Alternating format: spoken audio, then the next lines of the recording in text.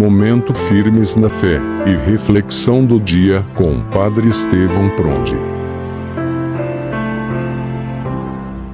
Em nome do Pai, e do Filho, e do Espírito Santo. Amém. Inspirai, ó Deus, as nossas ações e ajudai-nos a realizá-las, para que em vós comece e para vós termine tudo aquilo que fizermos. Por nosso Senhor Jesus Cristo, vosso Filho, na unidade do Espírito Santo. Amém. Amado ouvinte, feliz e abençoada sexta-feira, que alegria chegar até a sua casa e podermos juntos rezarmos neste dia, nesta sexta-feira, depois das cinzas. Neste dia, rezamos com o sacrifício de Jesus no Calvário, para que a humanidade alcance o prêmio eterno, a salvação de sua alma.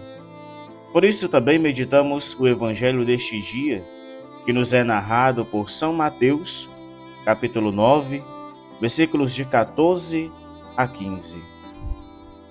Naquele tempo, os discípulos de João aproximaram-se de Jesus e perguntaram: por que razão nós e os fariseus praticamos jejuns, mas os teus discípulos não? Disse-lhe Jesus: por acaso os amigos do noivo podem estar de luto enquanto o noivo está com eles?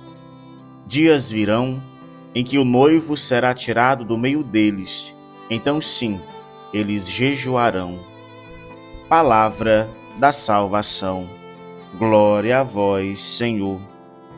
Amado ouvinte, a liturgia de hoje reflete sobre um dos três pilares do processo de conversão do tempo da Quaresma, vistos e rezados na quarta-feira de cinzas, o jejum. Há quem veja o jejum apenas como um ato de mortificação do corpo, vazio de significado teológico, como se Deus se alegrasse com o sofrimento ou a privação humana, ou então como punição ou castigo. Porém, não é bem assim. E é importante que a liturgia da Quaresma trate, já no seu início, de mostrar o verdadeiro jejum que agrada a Deus e o seu significado transformador. Jejum é um ato que deve levar à conversão de quem o pratica e que revele uma coerência entre a teoria e a prática, a ação e a oração. Se jejua praticando coisas que desagradam a Deus, não tem sentido jejuar.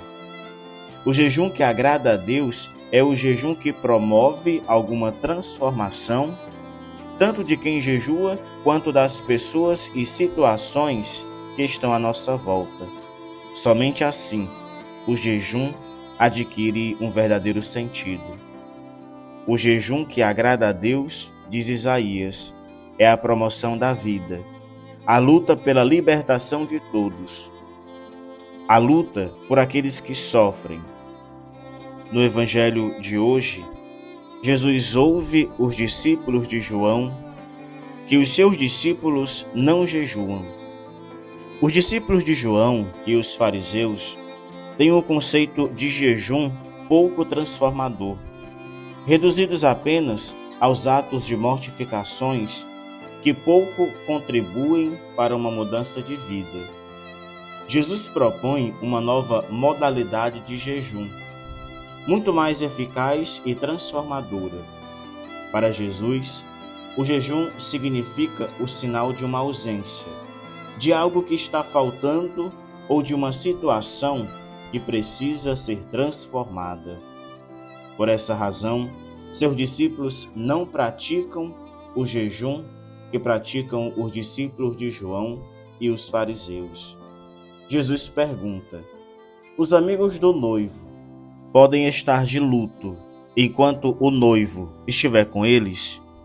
O noivo em questão é o próprio Jesus. E estando com seus amigos, eles não poderiam estar de luto. Vemos, portanto, que o jejum é comparado a uma situação de luto, de perda, de ausência.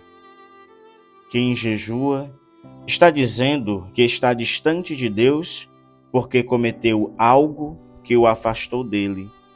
O jejum é então algo que indica não apenas esse afastamento, mas um profundo desejo de reparação. Os discípulos de Jesus terão oportunidade de jejuar depois que Jesus for tirado do meio deles. Sendo assim, a Quaresma nos recorda que o jejum, que os tantos atos praticados por nós que desagradam a Deus, carecem de ser reparados para que nos aproximemos dele. Atos que nos privam da graça de Deus, como por exemplo, as injustiças. Quando assumimos mudar de vida a partir do jejum comprometedor e encarnado na realidade, tudo se transformará e os nossos atos serão um jejum que agrada a Deus. Que com essa concepção de jejum, possamos continuar nossa caminhada quaresmal rumo à Páscoa de Jesus. Amado ouvinte, o jejum é a arma poderosa para a boa vivência deste tempo quaresmal. Seremos tentados pelo inimigo, mas através do jejum, da oração e da prática da caridade, nós passaremos por todo este deserto e chegaremos à Páscoa, junto a Cristo Jesus. Junto dele, entraremos na eternidade e vivenciaremos aquilo que o Pai prepara para cada um de nós.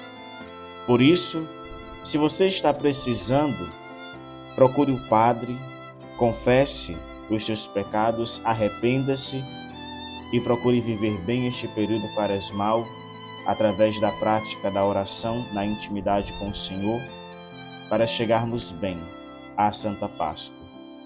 Reze comigo. São Miguel Arcanjo, defendei-nos no combate, sede nosso refúgio contra a maldade e as ciladas do demônio. Ordene-lhe Deus, instantemente o pedimos, e vós, príncipe da milícia celeste, pelo divino poder, precipitai no inferno a Satanás e a todos os espíritos malignos que andam pelo mundo para perder as almas. Amém. São Miguel Arcanjo, defendei-nos no combate. As almas dos fiéis defuntos descansem em paz. O Senhor esteja convosco, Ele está no meio de nós. Abençoe-vos o Deus Todo-Poderoso, Pai e Filho e Espírito Santo. Amém. Amado ouvinte, feliz e abençoado dia a você e a toda a sua família. Meu abraço em minhas orações.